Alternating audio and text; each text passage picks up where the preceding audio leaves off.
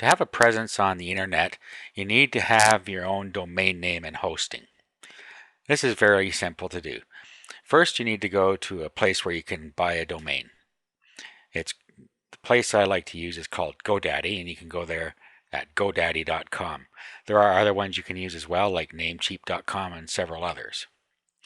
Once you're here, all you have to do is sign up for a free account. Once you're signed in, you'll see a screen something like this.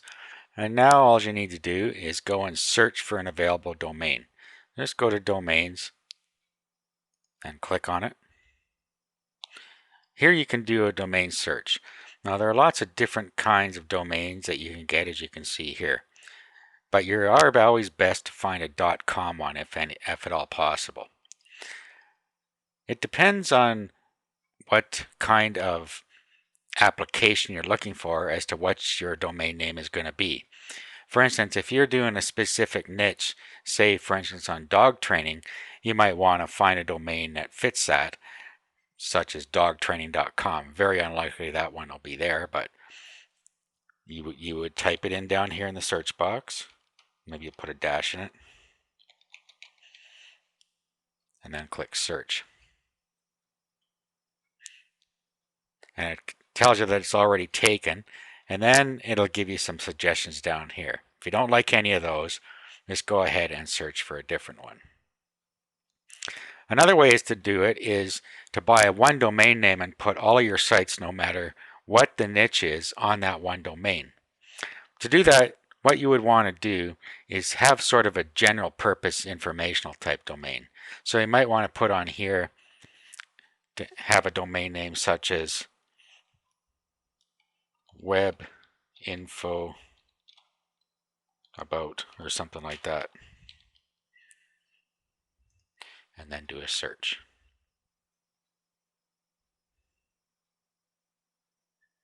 Okay, so at this point, webinfoabout.com is available. So if you registered that, you could put your sites into subfolders. For instance, if you had your first site was going to be on dogs, you could have your website for that webinfoabout.com/dogs. If your next website you put up is on jewelry, you could have webinfoabout.com/jewelry, etc. So you could put an unlimited number of sites on one domain if you wanted to do it that way. This will save you some money. It isn't quite effective as buying one domain for each site, but it is a way to get started very cheaply. Domains generally cost about $9.95 per year to register it. After you've registered your domain, you need to go and find a hosting provider. Just below this video, we have a suggestion for you to use. That hosting provider has cPanel hosting with Fantastico on a Linux server, and that's what we suggest that you use. Now, once you've gone and set up your hosting, all you do is you pay for the package you want, and they'll ask you how many gigabytes you want of disk space and bandwidth and so on. Bandwidth is the amount of data transfer or the amount of traffic that you're allowed on your website. Once you've done that, they will email you or tell you what you need to set your name servers to. This makes your domain point at your hosting account. It generally takes up to 24 to 48 hours for your domain to point there. So now what you do is you go and find the domain. So you go to My Domains, and a list will come up. And here's a list of domains here. So what you would do is you would go into the domain that you want to set the name servers for. Just click on it. Now, depending on who you're using for a registrar, it could be slightly different, but this is GoDaddy's interface. So you just click there, and it brings up another one, another screen, and you'll see here that we have name servers. If you click on that,